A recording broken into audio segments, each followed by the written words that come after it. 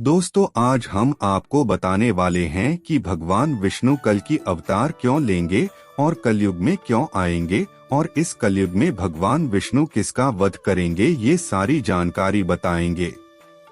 इतना ही नहीं, कल की अवतार में भगवान विष्णु कौन से अस्त्र का उपयोग करेंगे ये भी आपको बताएंगे। तो अगर आपको ये समझना है कि भगवान विष्णु ने कली अवतार ले लिया है या फिर लेने वाले हैं और इस कलयुग में भगवान विष्णु किसके वध करेंगे, ये सारे जानकारी जानने के लिए आप हमारे वीडियो के अंत तक बने रहे। तो चलिए शुरू करते हैं, लेकिन उससे पहले जानते हैं भगवान विष्णु इस कलयुग में क्यों आएंगे। यह जानने से पहले हम थोड़ा कली पुरुष के बारे में जान लेते हैं। कली पुरुष के जन्म के रहस्य को जानने के लिए हमें इस युग से सृष्टि के रचना स्रोत के समय में यानी सतयुग में जाना होगा। मित्रों, सतयुग में समुद्र मंथन की कहानी आप सबने सुनी होगी। समुद्र मंथन के लिए मंदराचल पर्वत को गरुड़ देव ने अपनी चोंच में उठाकर क्षीर सागर में रखा और सरफराज बासुकी को उस पर्वत में लपेटकर रास्ते के रूप में प्रयोग किया गया। राक्षसगण बासुकीनाथ के मुखी और देवता पूछ की और लगे थे, परंतु मंथन हो नहीं पा रहा था क्योंकि मंदराचल पर्वत का आधार घूम नहीं रहा था। तब भगवान विष्णु ने कच्छ यानी कछुए का अवतार लेकर मंदराचल पर्वत को अपनी पीठ पर रखा। इस प्रकार समुद्र मंथन की शुरुआत हुई। उसमें बहुत सारे कीमती आभूषणों के साथ पहले हलाहल नामक तेज विष निकला। भगवान विष्णु को इस विष के बारे में पहले से ही पता था।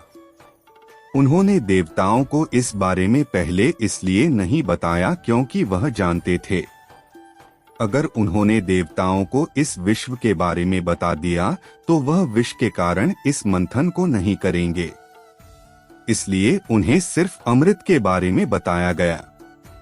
अब क्योंकि हलाहल विष निकल गया था और सभी इसके बैग से मूर्छित होने लगे, परंतु शर्त के अनुसार इसे आधा देवताओं को और आधा असुरों को पीना था, परंतु दोनों में हलाहल विष के इस तेज को सहन करने की शक्ति नहीं थी।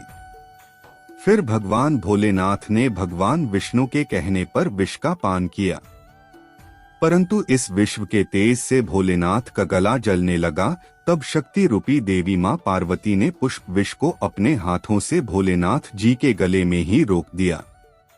इस विष के प्रभाव से भोलेनाथ का कंठ नीला पड़ गया। तब से भोलेनाथ का नाम नीलकंठ पड़ गया।